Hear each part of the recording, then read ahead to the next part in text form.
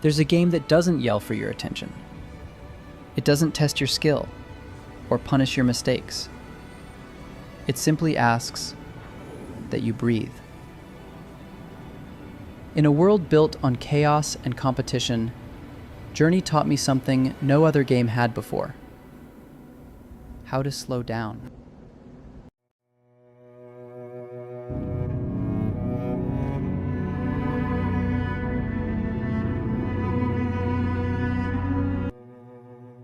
Most games are designed to raise your heart rate.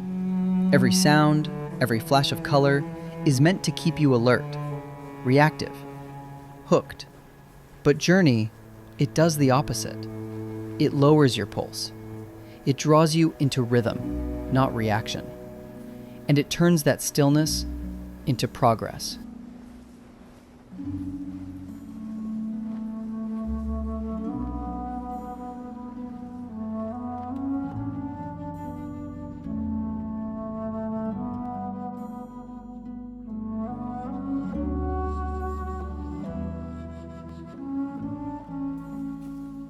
You're never truly alone in Journey. Somewhere out there, across the dunes, another traveler moves. Wordless, nameless, just like you.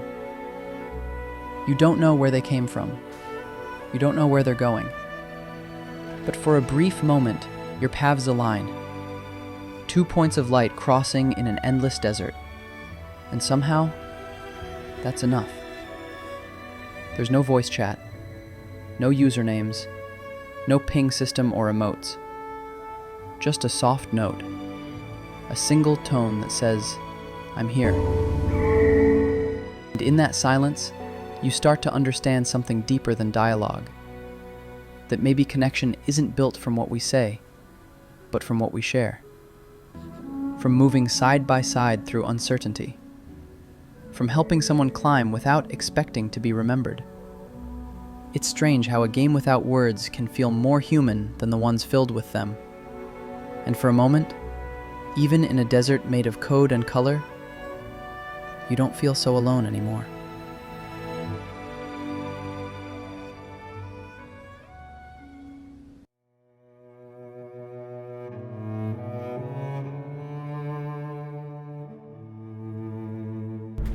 There's a quiet brilliance in games like Flower and Gree, too. They speak in colors, in light, in gravity. Each frame tells you something about loss, and each step, something about recovery.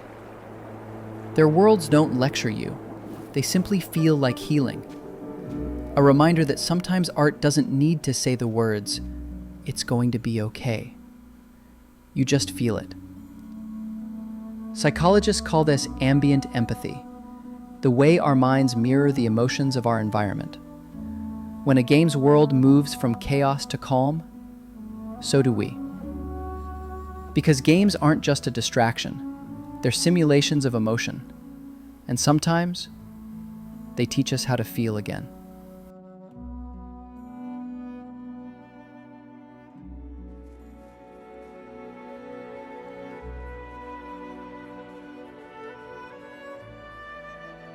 Games like these don't let you escape reality. They help you face it. They give shape to emotions we struggle to name. Fear, isolation, hope. They guide you through them quietly, like a hand you didn't know you were holding. Because when you're lost, the hardest thing isn't finding direction. It's remembering how to move forward at all. And sometimes that movement, that single, simple motion, is the start of healing. And when you finally reach the mountain, something changes. The climb that once felt endless now feels sacred. The silence isn't empty, it's full. You start to realize that the point was never to reach the top. It was to feel the climb, to notice the sound of the wind, the soft crunch beneath your feet, the weight of your own breath. You weren't escaping life, you were relearning it. Because sometimes, The hardest part of healing is remembering what peace feels like.